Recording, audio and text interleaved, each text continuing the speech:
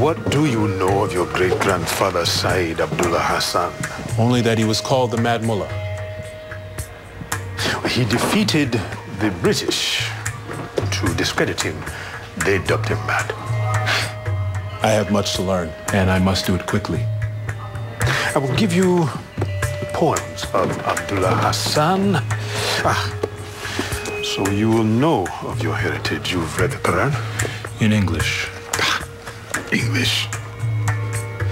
لكن اللغة العربية هي لغة الملائكة. Don't worry. I will help you.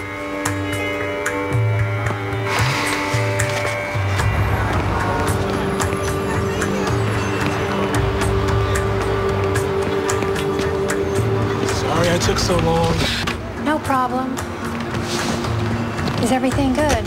Can they arrange a memorial service? If there's anything I can do.